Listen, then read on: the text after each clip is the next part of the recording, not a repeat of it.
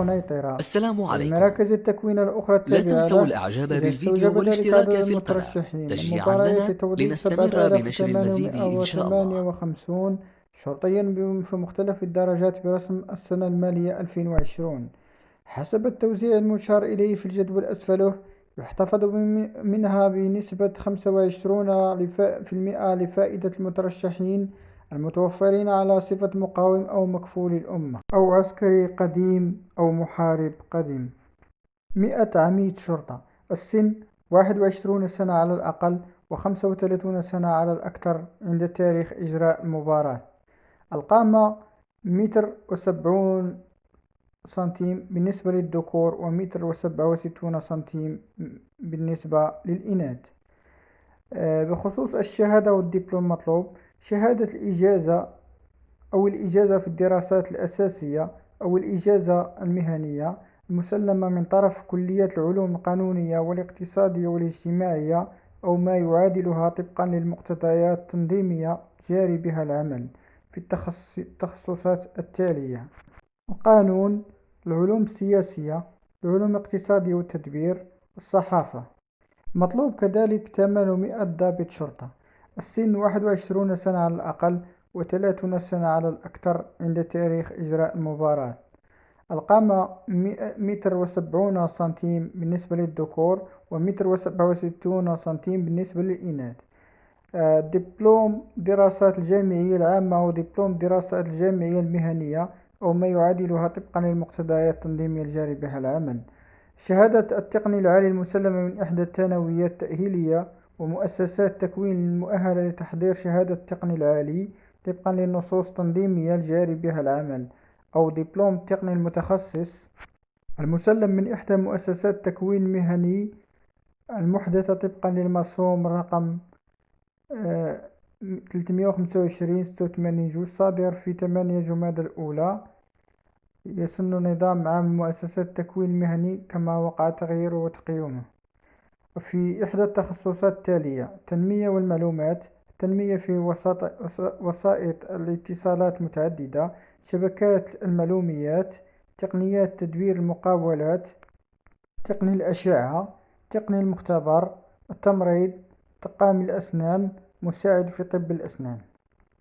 مطلوب كذلك 70 ضابط أمن. السن 21 سنة على الأقل و30 سنة على الأكثر عند تاريخ إجراء المباراة. القامة 1.73 متر بالنسبة للذكور و1.67 متر بالنسبة للإناث. دبلوم دراسات الجامعية العامة ودبلوم دراسات الجامعية المهنية أو ما يعادلها طبقا للمقتضيات التنظيمية الجاري بها العمل. مطلوب كذلك 2384 مفتش شرطة. السن 21 سنة على الأقل و30 سنة على الأكثر عند تاريخ إجراء المباراة.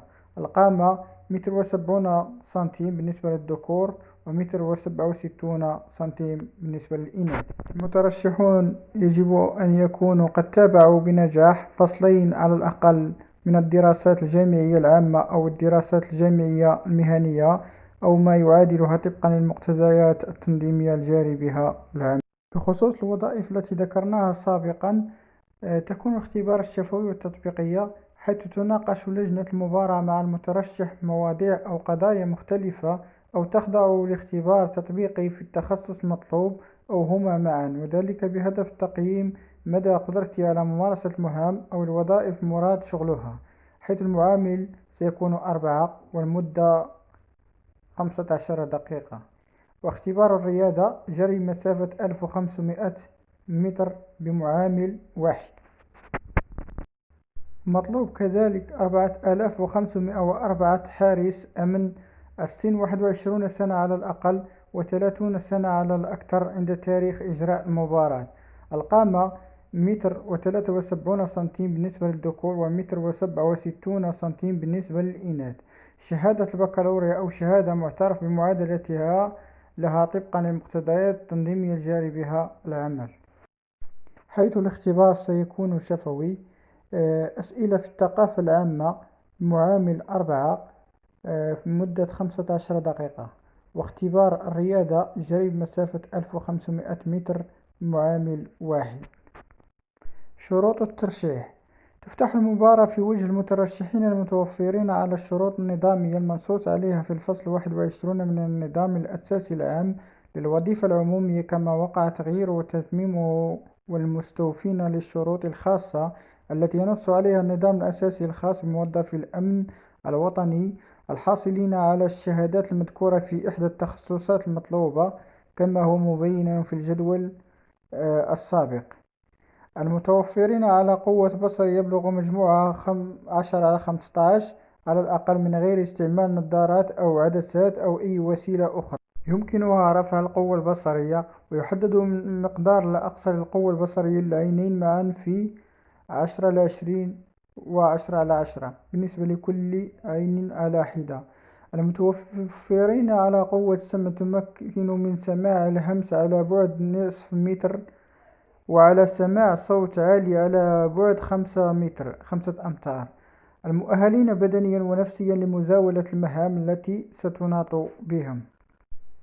مسطرة الترشيح: يجب على المترشحين أن يقوموا بتسجيل ترشيحهم عبر البوابة الإلكترونية لمباريات التوظيف الخاصة بالمديرية العامة للأمن الوطني concours.dgsn.gov.ma مع الحرص على استخراج استمارة التسجيل، وذلك خلال الفترة الممتدة من 9 إلى 25 نوفمبر 2020 كآخر أجل للتسجيل عبر البوابة الإلكترونية، مع إرسال ملفات الترشيح عن طريق البريد إلى المصالح الإدارية لولايات الأمن أو الأمن الإقليمي أو الأمن الجهوي أو المناطق الأمنية أو مفوضيات الشرطة القريبة من مقر سكنهم، ولا تقبل الملفات المتوصل بها بعد 28 نوفمبر 2020.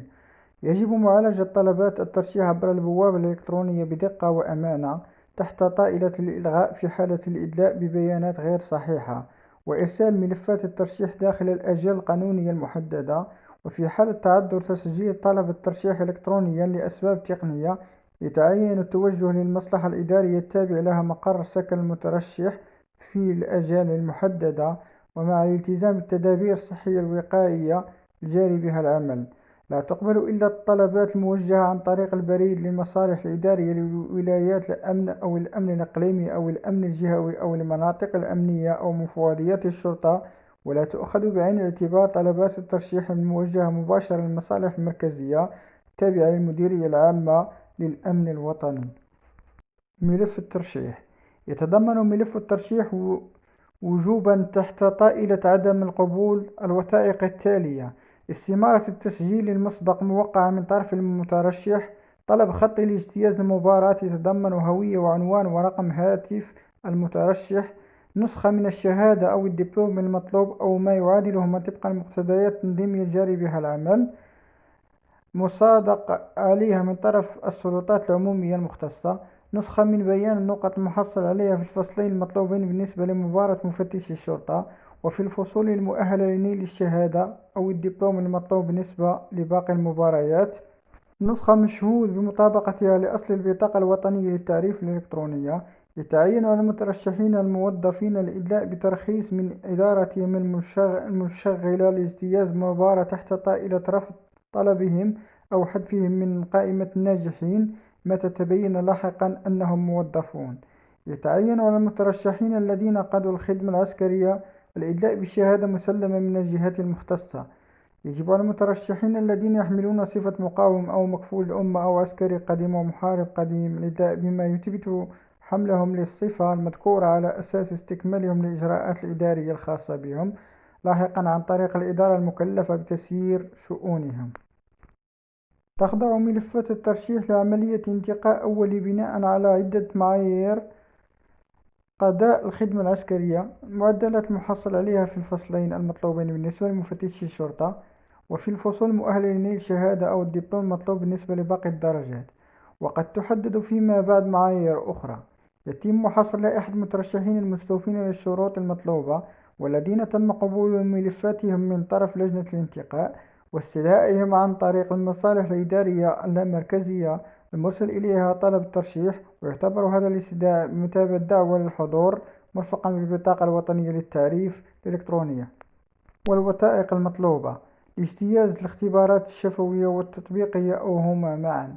واختبار الرياضة والفحص الطبي والنفسي بالمعهد الملكي للشرطة أو إحدى مراكز التكوين التابعة له والمشار إليها في الاستدعاء، والتي ستجرى وفق الضوابط والإجراءات التي تراعي الوقاية والسلامة الصحية للمترشحين وفق ما تقتضيه التدابير الاحترازية المعمول بها.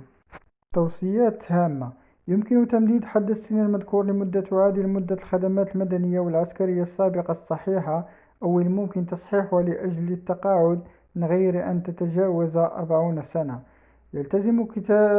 يلتزم كتابة المترشحون المقبلون بصفة نهائية في إحدى الرتب بالخدمة الفعلية بمصالح المديرية العامة للأمن الوطني لمدة لا تقل عن 8 سنوات ابتداء من تاريخ التوظيف. يقصى كل مترشح ضبط في حالة غش من المباراة المعنية ومن جميع المباريات التي تنظمها هذه المديرية العامة برسم السنة الموالية 2020 وكذا خلال السنوات الثلاث المقبلة. تعتبر جميع الاختبارات إجبارية ويقصى تلقائيا كل مترشح رسب في إحدى الاختبارات. تفاصيل الاختبارات منصوص على مضامينها في قرارات المدير العام للأمن الوطني الصادرة بالجريدة الرسمية عدد 6812 بتاريخ 12 سبتمبر 2019. لا تنسوا مشاهدة الجزء الثاني يوضح كيفية التسجيل وملء الاستمارة. والسلام عليكم.